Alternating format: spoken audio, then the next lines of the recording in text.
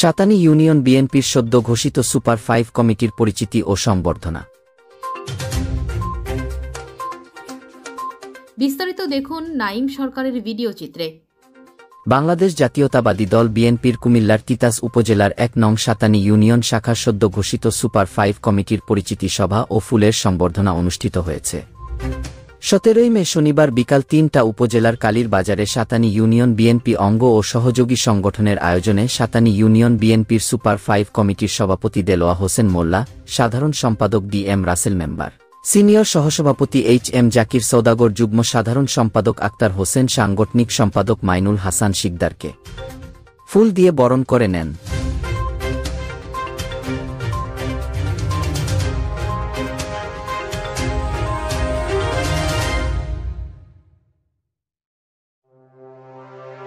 উপজেলা স্বেচ্ছাসেবক দলের সদস্য সচিব ইসমাইল হোসেন এর পরিচালনায় বিশেষ অতিথি হিসেবে বক্তব্য রাখেন। উপজেলা শ্রমিক দলের সদস্য সচিব মফিজুল ইসলাম বশির, উপজেলা যুবদলের সদস্য রোকন উদ্দিন সরকার, সাতানী ইউনিয়ন সাবেক যুগ্ম সাধারণ সম্পাদক গিয়াস উদ্দিন মাস্টার, ইউনিয়ন ছাত্রদলের সাবেক সাংগঠনিক সম্পাদক সেলিম শিকদার, সাতানী স্বেচ্ছাসেবক দলের সদস্য সচিব পরশ আলী প্রমুখ। সাতানী ইউনিয়নের প্রতিটি ওয়ার্ড বিএনপি অঙ্গ ও সহযোগী সংগঠনের নেতাকর্মীদের উপস্থিতিতে উক্ত ইউনিয়ন বিএনপির প্রয়াত সাবেক সাধারণ সম্পাদক মরহুম আব্দুল করিম সওদাগরের আত্মার মাগফেরাত কামনায় মিলাদ দোয়া মোনাজাত শেষে মিষ্টি বিতরণ করা হয়।